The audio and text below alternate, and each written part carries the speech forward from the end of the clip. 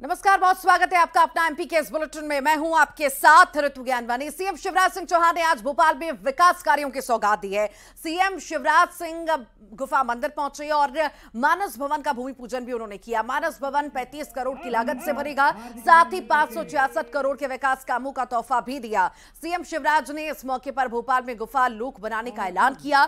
तो वहीं दूसरे कार्यक्रम में सीएम शिवराज ने सिंगल क्लिक के माध्यम से लाडली बहनों के खातों में गैस रिफिल योजना की 219 करोड़ की राशि का ट्रांसफर किया। साथ ही सीएम ने 53,000 करोड़ की परियोजनाओं का प्रदेश स्तरीय भूमि पूजन और लोकार्पण किया। मुख्यमंत्री महोदय परम श्रद्धेय महंत जी के प्रति 53,000 करोड़ के विकास कार्यों की सौगात मुख्यमंत्री शिवराज सिंह चौहान के द्वारा दी गई है। बड़ी सौगातों का पिटारा जो है लगातार मुख्यमंत्री खोल रहे हैं और इसी बीच जो है बड़ी सौगात लाडली बहनों को भी मुख्यमंत्री द्वारा दी गई है। तो विकास कार्यों का तोहफा मुख्यमंत्री द्वारा दिया गया है आम जनता को। मानस भवन का भूमि पूजन भी मुख्यमंत्री द्वारा किया गया। ये तस्वीरें इस वक्त आप देख रहे हैं, अलग अलग तस्वीर आपको दिखा रहे हैं। 53,000 करोड़ के विकास कार्यों की सौगात मुख्यमंत्री द्वारा दी गई है। गुफा लोक बनाने का ऐलान भी मुख्यमंत्री द्वारा किया गया है। मैं विनम्र निवेदन करूंगा माननीय मुख्यमंत्री महोदय से कि वे महंत श्री पुल पुलियां, स्कूल, अस्पताल, सड़क बनाना तो मुख्यमंत्री का काम है ही, लेकिन धर्म और संस्कृति के संरक्षण का काम करना और बढ़ाना ये भी मुख्यमंत्री का काम है, सरकार का काम। जब कांग्रेस की सरकारें होती थी तो मंदिरों में एक पैसा नहीं लगाते थे, कहते ये हमारा काम थोड़ी है। लेकिन मैं कहता हूं कि ये हमारा ही काम है, हमारा नहीं तो किसका काम है भाई। अपनी धर्म और संस्कृति का प्रमुख केंद्र है। तो यहां मानस भवन तो बनेगा ही 34 करोड़ 83 लाख रुपए की लागत से, लगभग 35 करोड़ रुपए की लागत। लेकिन महाराज जी, आज मेरे मन में आया कि भोपाल में भी गुफा लोक क्यों ना बना दिया जाए।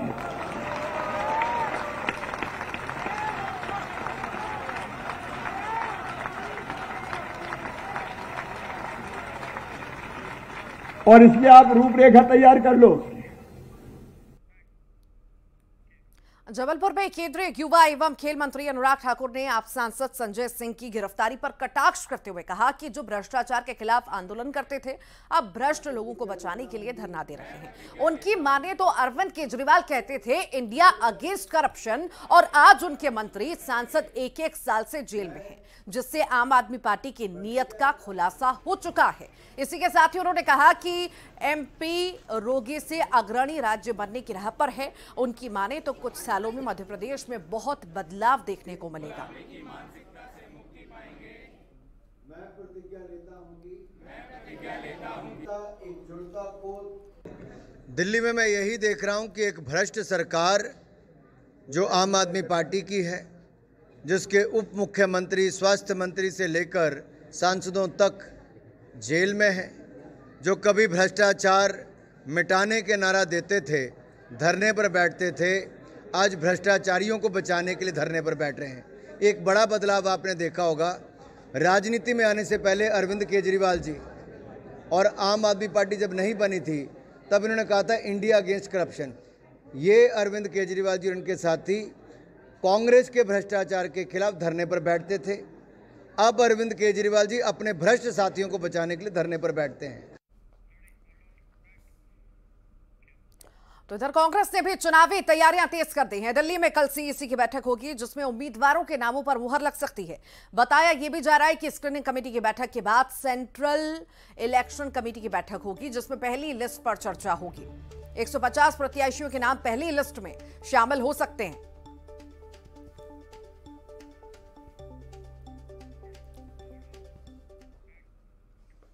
इंदौर से बड़ी खबर की बात करते हैं, जहां पर छात्रा से रेप हुआ है। कोचिंग छात्रा से दुष्कर्म की वारदात हुई है। नीट की तैयारी ये छात्रा कर रही थी, जिसके साथ रेप हुआ है। 7 पढ़ने वाले छात्र पर रेप के आरोप भी लग रहे हैं। भंवरकुआं इलाके में छात्रा पढ़ रही थी। फोटो वायरल कर धमकी देने का आरोप भी लग रहा है। पुलिस ने फिलहाल आरोपी को गिरफ्तार कर लिया है। पूरे ही मामले में जो है जांच पड़ताल, पूछताछ जारी है।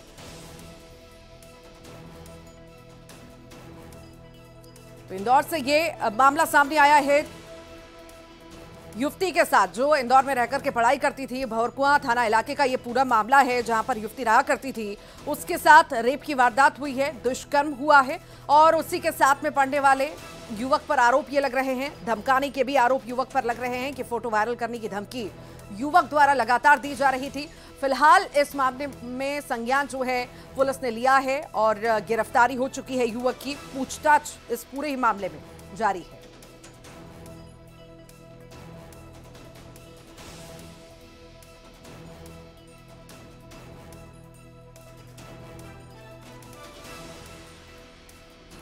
और ज्यादा जानकारी के लिए हिमांशु हमारे साथ जुड़ गए। हिमांशु, ज्यादा जानकारी मामले में। दरअसल ये इंदौर के भंवरकुआं थाना क्षेत्र में एक निजी इंस्टीट्यूट में नीट की तैयारी कर रहे थे ये लोग, और इसी दौरान इस युवती का परिचय इस युवक से हुआ। हेलो जी जी। और उसके बाद फिर ये उसके साथ में मिलने जुलने लगी और उसके बाद ये उसे अपने रूम पर लेकर के गया और इनके संबंध बने। फिर इस युवक ने इसकी फोटो वगैरह ले ली और उसको लगातार ब्लैकमेल करने लगा। फिर पूरी जानकारी इसने अपने परिजनों को दी और परिजनों ने भंवरकुआं थाने पर एफआईआर दर्ज करवाई और इसको गिरफ्तार कर लिया गया है पुलिस के द्वारा, आरोपी को। जी, कहाँ के ये युवक और युवती रहने वाले बताए जा रहे हैं और किस धारा के तहत मामला दर्ज किया गया है? 376 के तहत अपराध दर्ज किया है, बलात्कार की धारा और धमकाने के मामले में एफआईआर दर्ज की। युवक इंदौर के खजराना थाना क्षेत्र में रहने वाला है, खजराना का रहने वाला है, और युवती जो है वो भी इंदौर की ही रहने वाली है। जी, ये भी और दोनों की कोचिंग इंस्टीट्यूट में ही पहचान हुई थी और कोचिंग इंस्टीट्यूट में पहचान होने के बाद दोनों ने एक दूसरे के नंबर एक्सचेंज किए थे, व्हाट्सएप पे बातें होती थी। कितने लंबे वक्त से ये लोग संपर्क में थे और कितने लंबे वक्त से जो है ये युवक युवती को इस तरह से परेशान कर रहा था, धमका रहा था? ये करीब 6 महीने से संपर्क में थे और उसके बाद उसने युवती से दोस्ती बढ़ाई नोट्स लेने के बहाने, और फिर उसे अपने रूम पर लेकर के गया और उसके आपत्तिजनक फोटोग्राफ ले लिए और वो फोटोग्राफ दिखा करके लगातार उसको ब्लैकमेल करने लगा, लगातार दबाव बनाने लगा संबंध बनाने के लिए। युवती ने जब उसको मना किया तो उसने युवती को धमकी दी। फिर युवती ने अपने परिजनों को यह पूरा मामला बताया और परिजनों ने फिर थाना भंवरकुआं, चूंकि कोचिंग इंस्टीट्यूट वही उसी थाना क्षेत्र का है, तो वहां पर ले जाकर के एफआईआर दर्ज करवाई और आरोपी को पुलिस ने गिरफ्तार कर लिया है। ठीक, बहुत बहुत शुक्रिया हिमांशु जानकारी को साझा करने के लिए। आचार संहिता लगने से पहले पुलिस विभाग में बड़ी प्रशासनिक सर्जरी हुई है। 12 आईपीएस अफसरों के तबादले किए गए हैं। खंडवा एसपी सत्येंद्र कुमार शुक्ला और आगर मालवा एसपी संतोष कोरी को हटाया गया है। वहीं नए जिलों में एसपी की तैनाती की गई है। मेहर की कमान सुधीर कुमार अग्रवाल को दी गई है। वहीं राजेश कुमार त्रिपाठी पांडुना के एसपी बनाए गए हैं।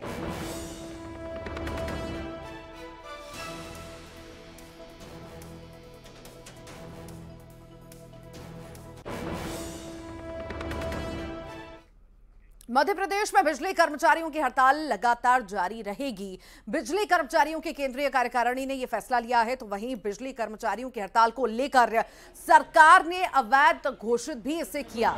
सरकार ने एस्मा लगाते हुए हड़ताल पर जाने वाले कर्मचारियों को सख्त कार्रवाई की चेतावनी दी। माना जा रहा है कि हड़ताल से प्रदेश में ब्लैकआउट के हालात बन सकते हैं।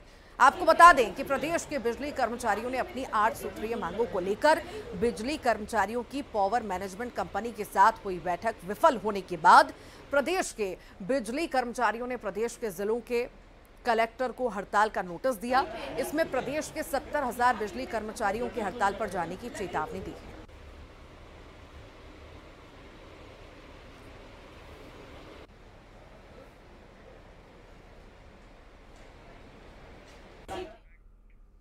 और अब बात करेंगे बुरहानपुर की, जहां आयकर विभाग ने एक साथ 5 जगहों पर छापे मारे, जिससे कारोबारियों में हड़कंप मच गया।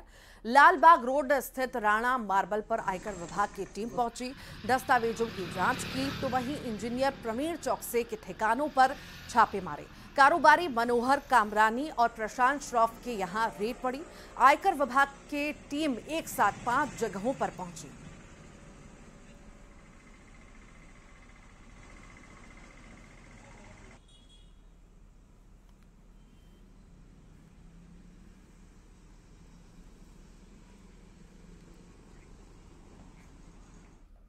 ग्वालियर में बंदरों का आतंक देखने को मिल रहा है। सिकरौदा गांव में बंदरों ने बच्चों को काट लिया, जिससे 1 साल के मासूम की मौत हो गई। तो वहीं दूसरा बच्चा गंभीर रूप से घायल है। वहीं वन विभाग की टीम गांव पहुंची बंदरों को पकड़ने की कोशिश में जुटी हुई है। तो बंदरों का आतंक जो है सिकरौदा गांव में देखने को मिल रहा है। बंदरों का आतंक लगातार जारी है, जिससे लोग परेशान हो चुके हैं और इसमें एक बच्चे की मौत भी हो चुकी है। लगातार यहां पर बंदर आतंक मचा रहे हैं, जिस वजह से आम लोग जो है पूरी तरह से परेशान हो चुके हैं। कई बार शिकायतें की गई कि यहाँ पर ध्यान दिया जाए, वन विभाग की टीम को कहा गया, पर हालांकि इस पर ध्यान नहीं दिया गया। ये बात हम सिकरौदा गांव की कर रहे हैं, जहां पर लगातार बंदरों का आतंक जारी है।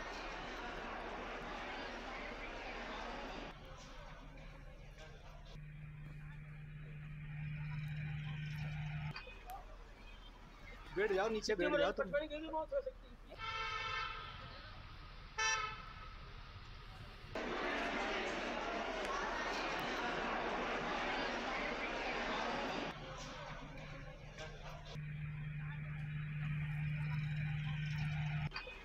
सिकरौदा गांव में बंदरों का आतंक जारी है, जिससे एक की मौत भी हुई है और ग्रामीण जो हैं वो कहीं न कहीं उनके अंदर खौफ भी है और गुस्सा भी है कि जिस तरह से वो नुकसान पहुंचा रहे हैं, सभी को हमला कर रहे हैं।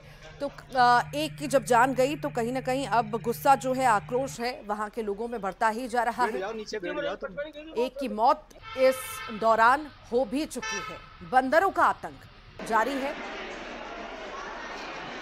तो वन विभाग की टीम पहुंची है, बंदरों को पकड़ने की कोशिश में भी जुटी है। एक व्यक्ति जो है गंभीर रूप से घायल बताया जा रहा है, अस्पताल में इलाज उसका जारी है। 6 साल के एक मासूम की इस पूरे मामले में मौत भी हुई है।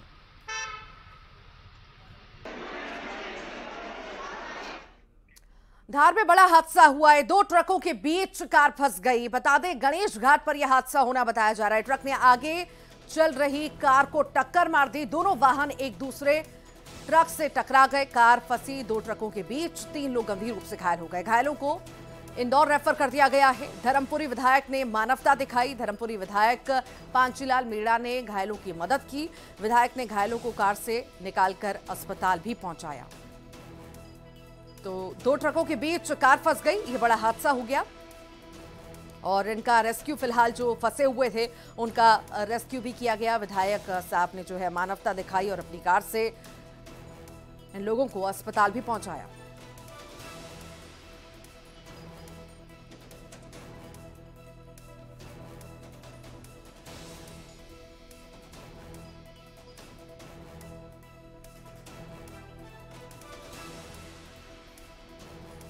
दो ट्रकों के बीच कार फंस गई, यह हादसा हो गया और इसमें जो सवार थे, गाड़ी में सवार थे, वो फंस गए, जिन्हें निकालने का काम किया गया, रेस्क्यू उनका किया गया। साथ ही साथ विधायक साहब मौके पर पहुंचे, उन्होंने मानवता दिखाई और सभी को अपनी गाड़ी से अस्पताल भी पहुंचाया।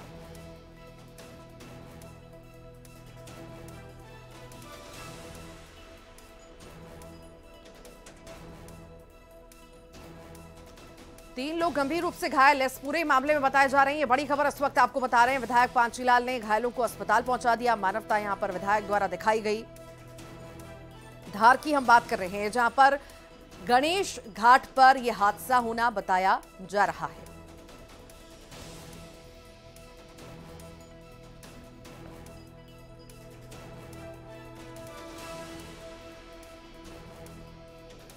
तो कार 2 ट्रकों के बीच फंस गई। ये बड़ा हादसा हो गया, जिसमें 3 लोग गंभीर रूप से घायल भी बताए जा रहे हैं। धार की ये बात हम कर रहे हैं, जहां पर 2 ट्रकों के बीच कार फंस गई। गणेश घाट का ये पूरा मामला है। ट्रक ने आगे चल रही कार को टक्कर मार दी। दोनों वाहन एक दूसरे ट्रक से टकरा गए। कार दोनों ट्रकों के बीच में फंस गई। ज्यादा जानकारी के लिए सहयोगी नवीन हमारे साथ जुड़ गए। नवीन, क्या ज्यादा जानकारी मामले में? जी बिल्कुल, बताना चाहूंगा कि ये पूरी घटना जो है धामनोद के गणेश घाट की बताई जा रही है। गणेश घाट में जो है ट्रक उतरते समय उसको अचानक से जो है वो ब्रेक फेल हुए, जिसके बाद में ट्रक जो है वो बेकाबू हो गया और आगे चल रही है कार से उसने जोरदार टक्कर मारी। इसके बाद में दोनों वाहन आगे सड़क पर किनारे खड़े एक अन्य ट्रक से जा टकराए और इस तरीके से जो है कार जो है वो दोनों ट्रकों के बीच में जा फंसी। हादसा इतना भीषण था कि जो फुटेज है उसी से अंदाजा लगाया जा सकता है कि कार की हालत क्या हुई है। कार पूरी तरीके से चकनाचूर हो गई है और कार में 3 लोग सवार थे और तीनों ही लोग जो है गंभीर घायल हुए हैं। वहीं दूसरी ओर बताना चाहूंगा कि इस घटना के समय जो है मौके से धर्मपुरी विधायक पांचीलाल मेहड़ा जो गुजर रहे थे। उन्होंने जैसे ही ये हादसा देखा उन्होंने अपनी गाड़ी रोकी और जो है घायलों को जो है उन्होंने तुरंत क्रेन बुलवाकर बाहर निकाला, जिसके बाद में धामनोद के अस्पताल पहुंचाया गया और इसके बाद में उन्हें वहां से प्राथमिक उपचार के बाद में इंदौर रेफर किया गया है। वहीं दूसरी बात इसमें एक और निकल कर आ रही है कि ये घाट जो है इसमें टेक्निकल थोड़ी सी खामी है और उतार जो है इस घाट में बहुत ज्यादा है। इसके कारण जो है आए दिन यहाँ पर हादसे होते रहते हैं और ये गणेश घाट जो है मौत का घाट जो है वो साबित हो रहा है। जी वाकई भीषण हादसा है। तस्वीरों से समझा जा सकता है जिस तरह से गाड़ी पूरी तरह से चकनाचूर हो गई है। नवीन, यहाँ पर लापरवाही ट्रक वाले की भी सामने आ रही है कि ओवर स्पीडिंग वगैरह हो सकती है, इस बारे में क्या जानकारी? जी बिल्कुल, ये जो है हादसा जो है घाट पे हुआ है। घाट पे जो है उतार जो है वो बहुत ज्यादा है और इस प्रकार से जो स्पीड में जो ओवरलोडिंग जो वाहनों की होती है और वाहन जो है एकदम से अचानक वो कंट्रोल नहीं हो पाते हैं और ओवरलोड के कारण जो है उनके ब्रेक फेल हो जाते हैं और इसी कारण से जो पूरे हादसे होते हैं। पिछले 2-3 बार जो हादसे हुए हैं वो सब इसी कारण से हुए हैं। ट्रक फेल होने की वजह से हुए हैं, ट्रक के ब्रेक फेल होने की वजह से हुए हैं, जो ओवरलोडिंग इसमें एक बड़ा कारण माना जा रहा है। ठीक, बहुत बहुत शुक्रिया नवीन। तो तस्वीरें आपने देखी, धार की तस्वीरें इस वक्त आपको दिखा रहे थे जहां पर 2 ट्रकों के बीच में कार फंस गई और पूरी तरह से चकनाचूर ये कार हो गई। तस्वीरों में देखा जा सकता है कि कितना भीषण ये हादसा होगा। 3 लोग गंभीर रूप से घायल बताए जा रहे हैं। वो तो समय रहते हुए इन्हें निकाल लिया गया और अस्पताल में भर्ती करा दिया गया। हालांकि इनकी हालत अभी गंभीर है, इलाज जारी है। मौके पर पुलिस पहुंची हुई है, जांच पड़ताल में जुटी हुई है कि आखिर किन्हीं तरह की लापरवाहियां जो है इस हादसे के दौरान हुई है। रायसेन की बात करते हैं। यहां पर बड़ा हादसा हुआ है। तालाब में 3 बच्चियां डूब गई, 2 की मौत की खबर है। एक बच्ची को बचा लिया गया। तालाब में नहाने के दौरान यह हादसा हुआ है। खिरेटी पंचायत के ग्राम हिनोतिया बमनई गांव की यह घटना है। बेगमगंज थाना क्षेत्र का यह मामला आपको बता रहे हैं। तालाब में नहाने के दौरान यह हादसा हुआ और लड़कियां जो हैं डूब गई। एक को बचा लिया गया। 3 बच्चियां जो हैं तालाब में डूबी, 2 की मौत हो गई है। एक बच्ची को बचा लिया गया।